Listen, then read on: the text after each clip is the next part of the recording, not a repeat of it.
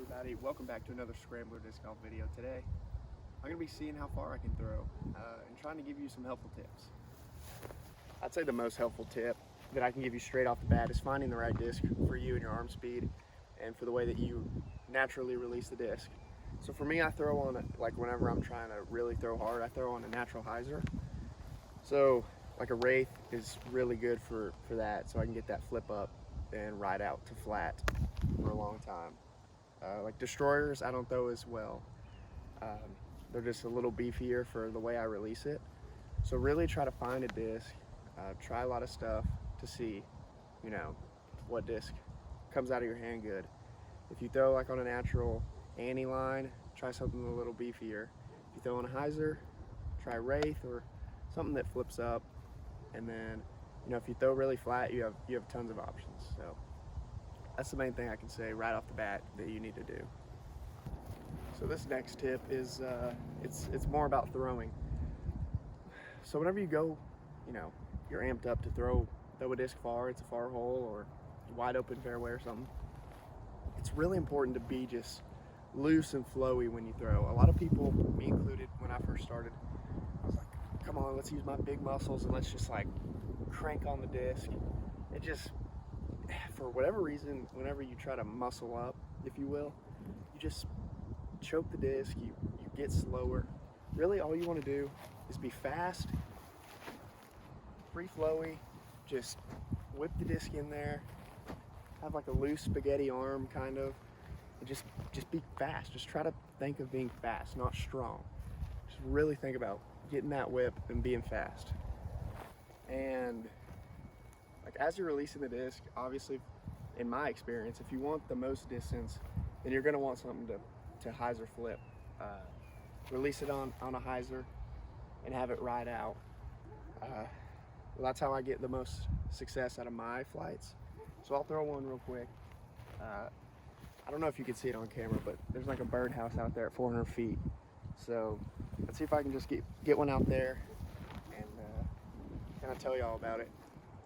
There's like I looked on that weather app. It says there's like a 5-mile-an-hour wind, which will help a little bit, but nothing crazy.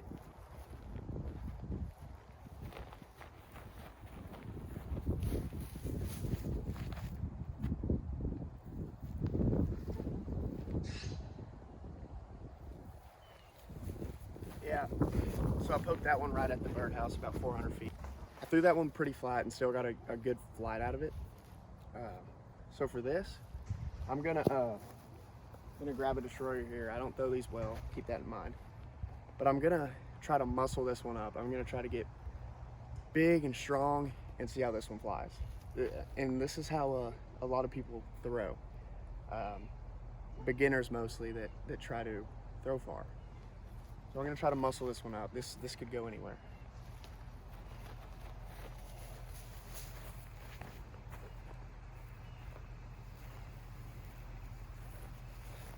Spike that about 100 feet in front of me. Now I'll throw one, me being loose and just athletic. Just let your body, just let your athleticism take over and just throw the disc.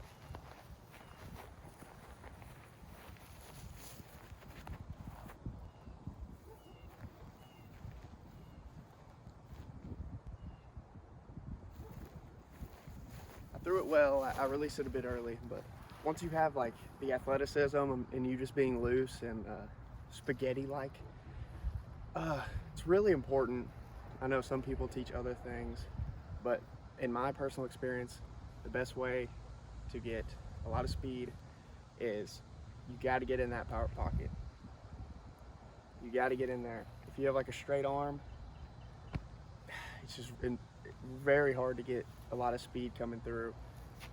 The way I think about it is, ballerinas or figure skaters, when they go to jump, they they tuck all their extremities in to get a lot of rotation, a lot of spin.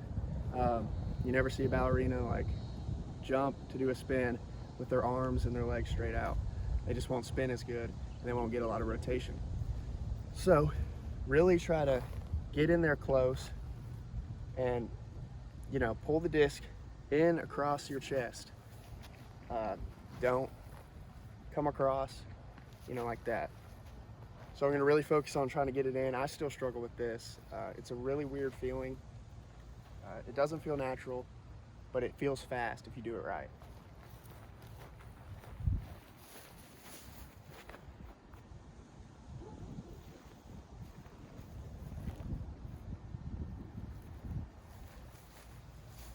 Yeah, threw that one pretty well.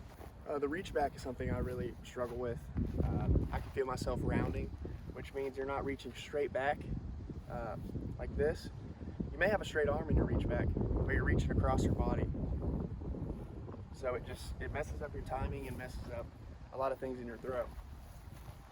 So really what you want to work on is working around the disc, working your body around the disc, and having a straight reach back.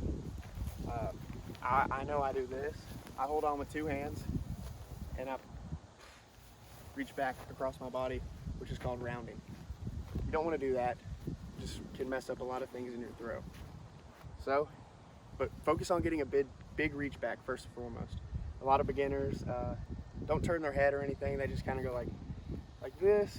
They want to watch the target.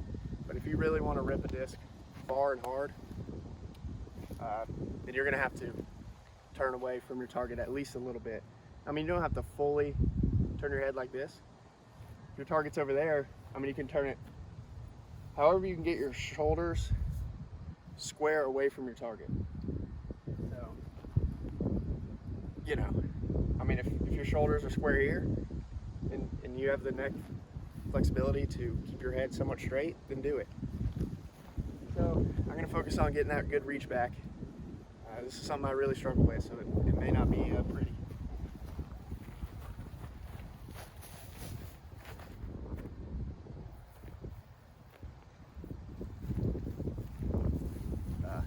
Bit of a slip there. Okay, so this last one I'm going to talk about is just max distance. You want to show off with your friends. I mean, there's absolutely no trouble, no anything you could run into on this hole. It's 500 something feet. You need all the distance in the world. This is when you want to throw on a huge Hyzer and throw it high and just. Garrett Gerthy has some videos where he does like max distance throws, and I mean, he literally throws it straight up and it just, he uses I think a katana. I'm using a Wraith for this. But really, you need a lot of arm speed and you need a lot of power to achieve this throw, because if you don't, then it'll just Hyzer out on you about 200 feet away. So really, you need to be able to get a lot of distance and a lot of speed before you can even attempt this throw. I'm not even sure if I can do it right now, not warmed up, but so essentially all I'm gonna do is throw it high and hard on a Hyzer and have it try to come out of it and ride way out, turn over on me, and get a lot of distance. Hopefully I can do this for y'all on camera right now.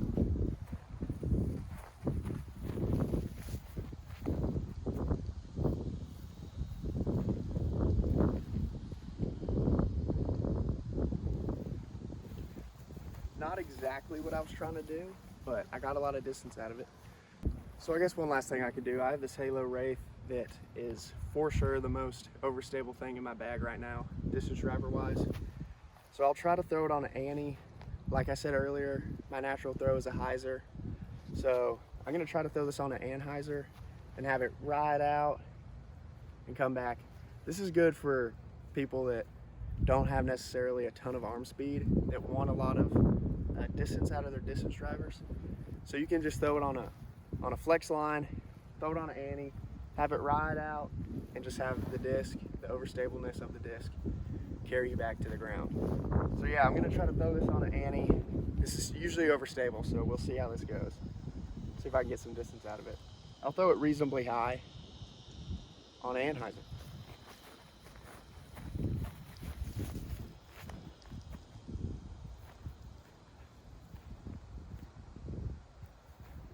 So stable. No internet distance for me. I have this wheel that measures in feet, and let's go. I'll let y'all know. Coming up on the destroyer, I threw that a whopping 112 feet. Here's my second shortest one, the Prodigy that I slipped on. I don't know if y'all can see it, 342 feet. Here's the nuke I threw. Might be hard to see on camera, but I think it says 425 feet. Here's the first disc I threw, the Trespass, 454 feet. Here's the Wraith I threw, 489 feet. That's the last one I threw to try to get a lot of distance.